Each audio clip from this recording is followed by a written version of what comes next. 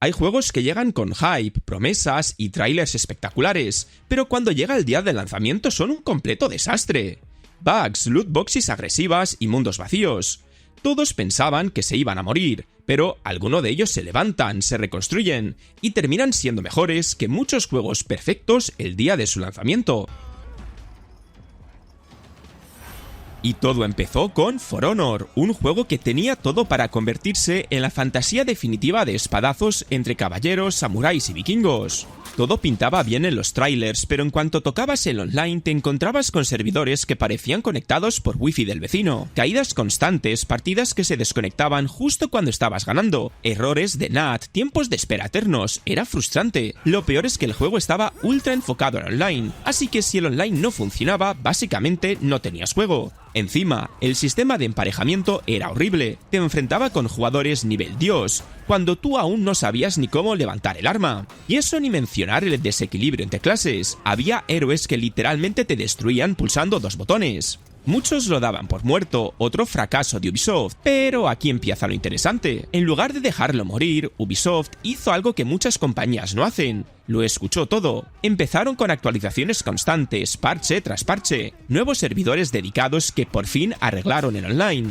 equilibrio de personajes, reworks completos y modos de juegos más variados. De repente For Honor ya no era frustración, era adicción. Además, lo mantuvieron vivo con temporadas, pases de batalla, nuevos héroes, eventos temáticos e incluso colaboraciones como con Assassin's Creed y Dead by Daylight. Poco a poco comenzó a construirse una comunidad fiel, gente que sabía combos, honor y traiciones, y se volvió un juego muchísimo más sólido, justo y divertido. Porque si hablamos de juegos resucitados, Sea of Thieves se lleva la medalla. Raid prometía aventuras épicas, traiciones entre piratas y libertad total. El hype era real, pero cuando salió en 2018, el barco estaba casi vacío, literalmente. El juego se veía precioso, el agua era increíble, navegar era una gozada, pero no había mucho más. Te metías, hacías misiones repetidas, llevabas cofres, luchabas contra esqueletos y otra vez lo mismo. No tenías historia, no había progresión profunda, no había variedad, ni siquiera enemigos reales más allá de otros jugadores. Muchos lo llamaban Sea of Empty. Muchos pensaron que Raid había desperdiciado una oportunidad de oro, un mundo enorme, visualmente espectacular, pero vacío de contenido. Sin embargo, Raid no se rindió. Empezaron a lanzar actualizaciones masivas, no pequeños parches, sino auténticos cambios de rumbo. Llegaron las campañas narrativas llamadas Tall Tales, con historias épicas, cinemáticas y mecánicas nuevas. Después llegaron los barcos fantasma, las megabatallas contra krakens y megalodones, los fuertes espectrales y los eventos en directo. Y cuando parecía que no podían ir más allá, ¡pum!, colaboración con Piratas del Caribe y Jack Sparrow oficialmente en el juego, con misiones, doblaje y una historia espectacular. Fue el momento en el que mucha gente dijo, vale, esto ya no es un juego vacío, es una aventura pirata de verdad. Y Final Fantasy XIV A Realm Reborn no solo se arregló solo, se reconstruyó desde cero. Cuando salió en 2010, Square Enix lo presentó como su gran MMORPG, para competir con World of Warcraft, pero lo que entregó fue un juego roto por todos lados. La interfaz era un infierno, el sistema de combate pesado y aburrido, el mapa estaba mal diseñado, con zonas repetidas que parecían copiadas y pegadas. La comunidad lo criticó durísimo, y hasta los fans más fieles de Final Fantasy lo abandonaron. La cosa fue tan grave que el propio presidente de Square Enix pidió disculpas públicamente, reconoció que el juego era un fracaso y que había dañado el nombre de la saga. Y aquí es donde empieza lo legendario. En lugar de abandonarlo, Square Enix hizo algo que casi nadie hace. Tiró el juego entero a la basura y lo rehizo desde cero, literalmente. Pusieron al frente a Naoyuki Yoshida, que no solo tenía que arreglarlo, sino salvar el honor de la saga. El tipo escuchó a la comunidad, rediseñó el sistema de combate, creó una historia épica, rehizo el mundo, mejoró el rendimiento, los servidores, la progresión, vamos, todo. Y mientras lo reconstruían, hicieron algo increíble. Convirtieron el cierre del juego original en parte de la historia oficial. El mundo de Oreza fue destruido por una catástrofe épica causado por Bahamut, y de esas cenizas nació Final Fantasy XIV A Realm Reborn. En 2013 renace el juego y lo peta. Ahora sí había mundo vivo, historia brutal, clases equilibradas y raids increíbles. Las expansiones como Heavensward, Stoneblood, Shadowbringers o Endwalker demostraron que no solo habían salvado el juego, sino que lo convirtieron en uno de los mejores MMORPG de la historia.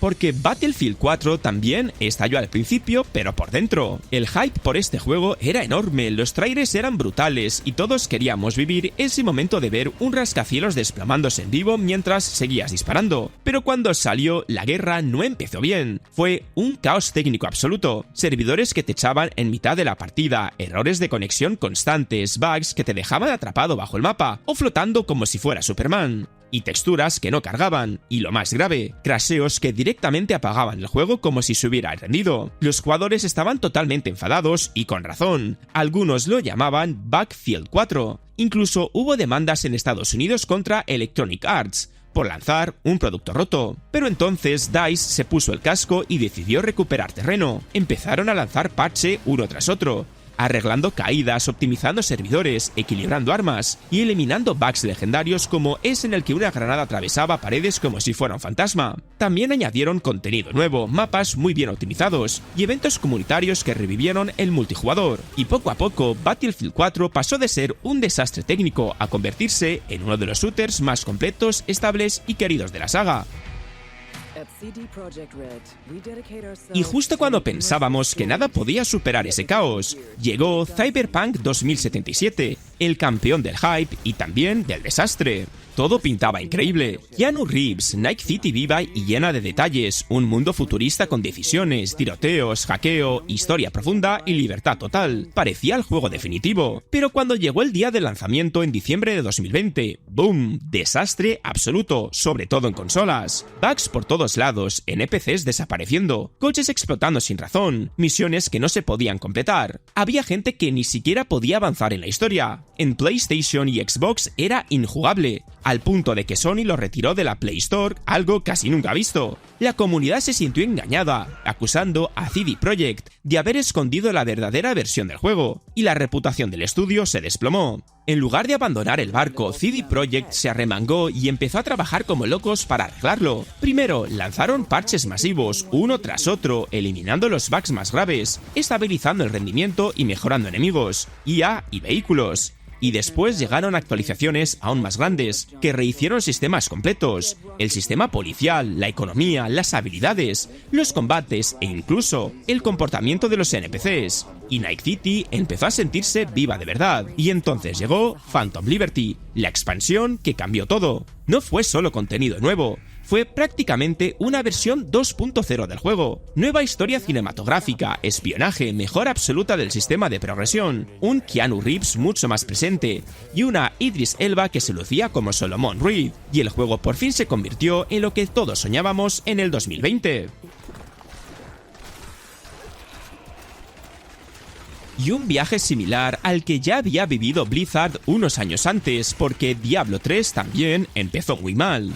Cuando salió en 2012 ocurrió algo que nadie esperaba, ni siquiera podías jugar. Sí, así de simple. Entrabas ilusionado, ponías tu mail, tu contraseña y error 37. Ese número se convirtió en un meme inmediato. Los servidores colapsaron, no aguantaban la cantidad de jugadores, y aunque Diablo 3 era un juego centrado en campaña, necesitabas estar siempre conectado, incluso para jugar solo. Resultado, miles de personas esperando horas, días, sin poder entrar. Cuando por fin lograbas entrar, empezaban los bugs, enemigos que no reaccionaban, misiones que no se activaban, y objetos que desaparecían del inventario. Vamos, una experiencia infernal. Y eso era solo el principio. El sistema de progreso no enganchaba tanto como en Diablo 2. El loot era aburrido y el famoso destructor de mundos era más destructor de entusiasmo. Pero lo más polémico fue la casa de subastas. La idea parecía buena: vender y comprar objetos con oro o dinero real. El problema, rompía completamente el juego. Ya no jugabas para conseguir loot, jugabas para hacer negocio. El espíritu Diablo se estaba perdiendo y muchos fans se sintieron traicionados.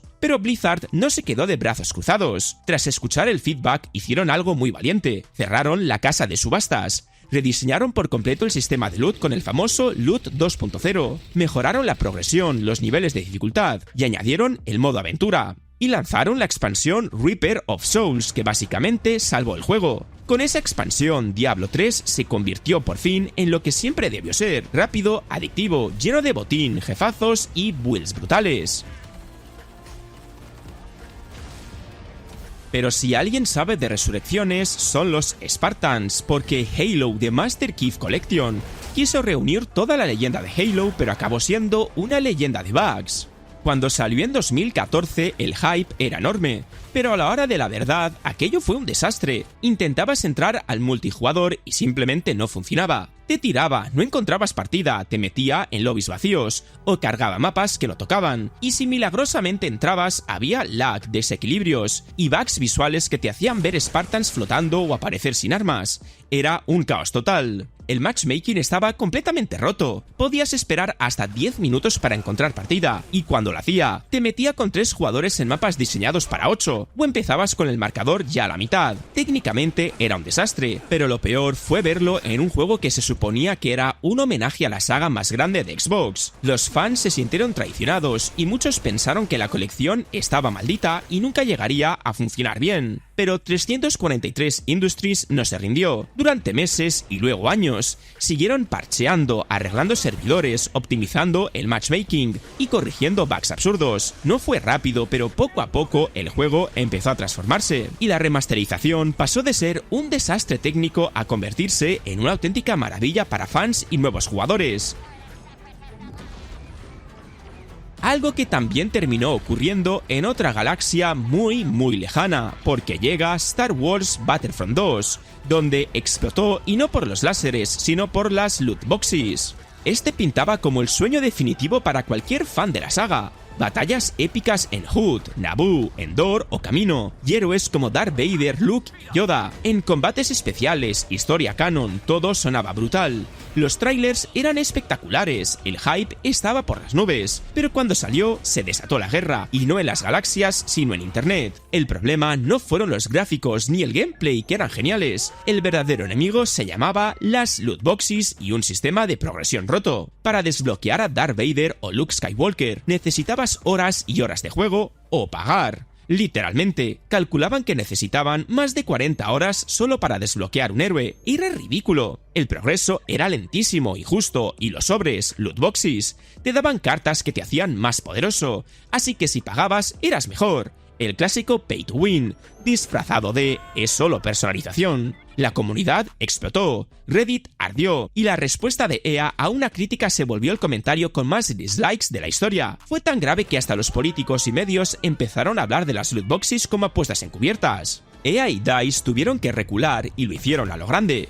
Quitaron por completo las microtransacciones de progresión, eliminaron el pay to win, rehicieron el sistema para que todo se desbloqueara jugando, y empezaron a lanzar contenido gratuito brutal, nuevos mapas, modos, personalización, batallas espaciales mejoradas, y sobre todo, héroes y villanos icónicos, como Obi-Wan, Anakin, Dooku, Grievous. Hasta le metieron también mejoras gráficas, servidores más estables y eventos comunitarios que llenaron el juego otra vez. Y algo muy parecido es lo que estaba a punto de ocurrirle a No Man's Sky, que prometió el universo entero, pero entregó un planeta vacío.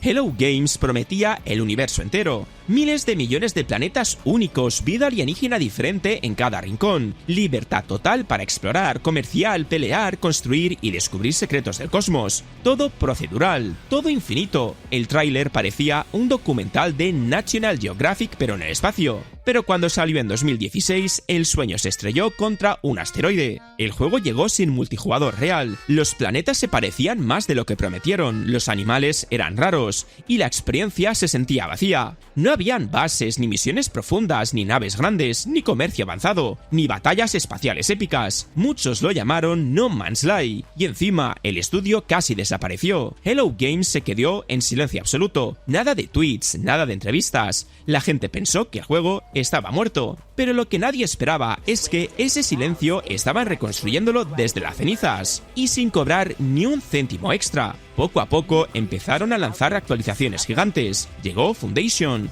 con bases, construcción, cargueros espaciales y economía. Luego Pathfinder, con vehículos terrestres. Después Atlas Rise, que introdujo historia, lore, misiones y un primer multijugador experimental. Pero el bombazo llegó con Next, multijugador real, construcción libre, mejoras visuales brutales y sensación de juego vivo. Hoy No Man's Sky es prácticamente otro juego.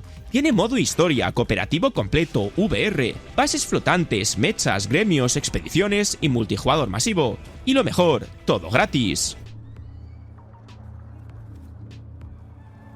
Y cerramos con Assassin's Creed Unity, que no solo fue un meme de los NPCs sin cara, también fue el juego adelantado a su tiempo. Cuando salió en 2014, aquello fue un circo histórico. El juego estaba roto por todos lados. NPCs sin caras, solo ojos y bocas flotando, misiones que no se activaban, rendimiento horrible incluso en PC potentes, caídas de FPS bestiales. Unity era un espectáculo, pero no el que Ubisoft quería. La prensa lo llamó uno de los lanzamientos más vergonzosos de la saga, y aunque el mapa era una maravilla visual, jugarlo era una lucha constante contra glitches. Ubisoft tuvo que pedir disculpas públicas y hasta regalar un DLC y juegos para compensar. Había tanto caos técnico que la gente olvidó lo bueno que tenía Unity. Una recreación de París espectacular, parkour increíblemente fluido, cooperativo genial y una ambientación histórica muy cuidada. Pero claro, nada de eso brillaba entre tanto bug. Y aquí vino la redención. Ubisoft no abandonó Unity, lo parcheó durante meses. Arreglaron el rendimiento, pulieron animaciones,